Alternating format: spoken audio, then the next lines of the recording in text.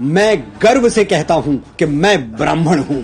मैं वो दधीच हूं जो विश्व कल्याण के लिए अपनी हड्डियां दान करने से पहले 2 बार नहीं सोचता। मैं वो परशुराम हूं जो श्री राम जैसे मर्यादा मूर्ति क्षत्रियों को अपनी सारी शक्तियां सौंप देता है। मैं वो चाणक्य हूं जो एक वंचित वनवासी को उठाकर भारतवर्ष के राज सिंहासन पर बैठा देता है। मैं वो आदि शंकराचार्य हूं जो अपने असीम ज्ञान के प्रताप से समूचे भारतवर्ष को एक भगवा ध्वज के तले ला खड़ा करता है।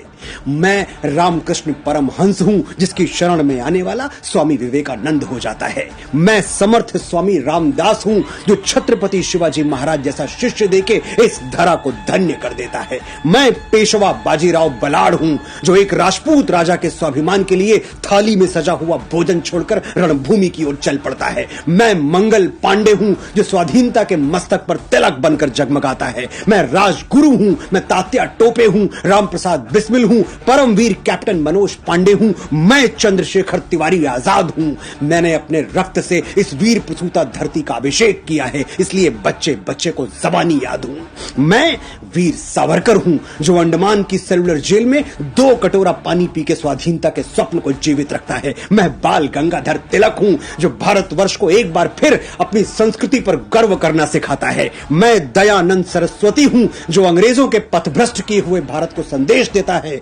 वेदों की ओर लौटो। मैं ही इस यशस्वी ब्रह्मकुल की बेटी रानी लक्ष्मीबाई हूं जो मातृभूमि की रक्षा के लिए फिरंगियों के बदन में अपनी तलवारों का लोहा उतार देती है। हम ब्राह्मण हैं, जन्मजात तपस्वी हैं, साधक हैं। हम संगीत की साधना करते हैं तो तानसेन बन जाते हैं, स्वर साधना करते हैं तो लता मंगेशकर कहलाते हैं, और शब्द साधना करते हैं तो महाकवि कालिदास और गोस्वामी बाबा तुलसीदास के नाम से अमर हो जाते हैं।